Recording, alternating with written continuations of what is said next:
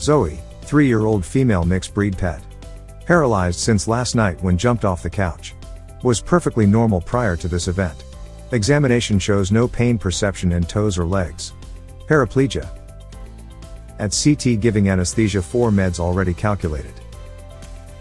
Placing endotracheal tube to maintain airway during anesthesia. Testing patency. Placing on V-trough to maintain position. Putting monitor on to check heart and oxygen status. Control station to set up CT parameters. Notice infant monitor on desk allowing user to see pet. Scanner creates slices while pet moved into unit. Each slice is shown on console as they come in. Scans are reconstructed as a 3D model and rendered for viewing. Zoe is removed from the scanner and placed on the surgery table. Red blanket is heated with blowing hot air. Heart monitor is connected. The C-arm fluoroscope. Dr. Garner is working with CT technician to identify lesions affecting the spinal cord. The lesion is the white mass in the spinal canal in the upper left quadrant of the screen, causing 80 to 90% compression of the spinal cord. It is located between the 12th and 13th thoracic vertebrae. The reddish color shows bruising or hemorrhage. The white color is disc material that is calcified and denser. Zoe is surgically prepped while the owner is communicated with about the prognosis and surgical details. The C-arm is placed over and under Zoe as the table is radiolucent and can transmit radiographs through it. Dr. Garner reviews the images and decides the bulk of the lesion is on the right side, so the approach will be from this side. Large packs of sterilized instruments are brought to the table. Dr. Garner places an adhesive antibacterial surgical barrier on Zoe to protect the surgical site. The C-arm is used to identify the exact surgical site, which is marked with an instrument, then the C-arm is moved away. The surgery involves first removing or leveraging the muscles on the spinal bones away from the bones. The bone can be removed with a high-speed drill and burr. The C-arm image shows the hemostat 1 vertebrae off the mark. Gelpi retractors are used to hold the reflected muscle away from the spinal vertebrae. The articular facet that connects one vertebra to the other is removed with the double-action rongeurs. The periosteal elevator is used to remove the remaining small bits of muscle from the vertebrae. The white bone can be seen. This is all in preparation for the use of the high-speed drills. Final inspection of the CT scan shows most of the disc material is in front of the disc, not behind.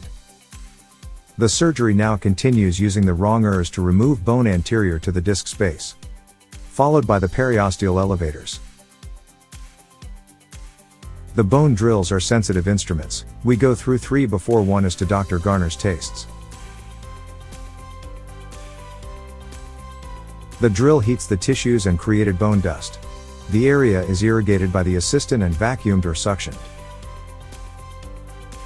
The drill is used to brush away the bone in layers.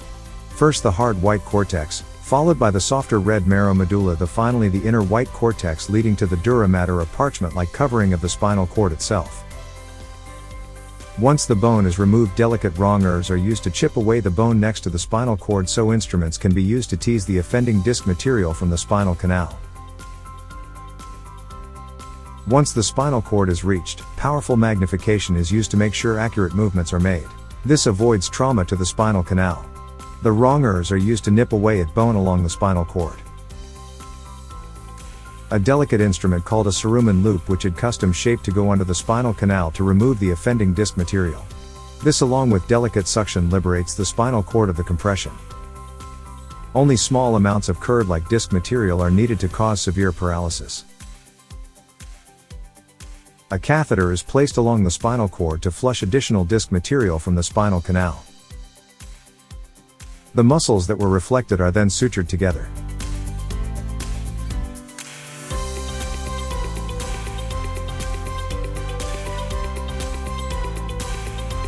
The fatty subcutaneous tissues are gathered, and the skin is finally sutured in a subcuticular fashion, leaving no exposed sutures.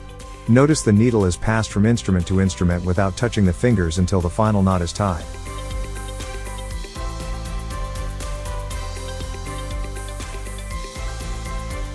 The protective antibacterial barrier is removed. Zoe is then taken back to the CT scanner to make sure the disc material was removed. The images are rapidly sent to the control station and the 3D rendering takes only a few minutes. Dr. Garner is viewing the images before the surgery and comparing them to those after the surgery. The large white compression can be seen on the lateral view in the upper left image, which is enlarged by Dr. Garner. The black line is the spinal cord. The white lump is the disc material to be removed. Then the second image set is loaded. The images are rotated into position for viewing. The image is panned to the correct disc space. Note there is another mildly affected disc space 2 vertebrae lower drive. Garner can see the surgical opening in the vertebrae and selects the proper window to observe disc material. There is no observable disc material in the post-surgical images. The correctional image shows the gap, which is where the surgical approach was. Now we look at the 3D model. We are on the wrong side and need to turn the image around to see the small surgical site in the wall of the vertebrae where the drill burred this hole, and the hole was used to remove the disc material.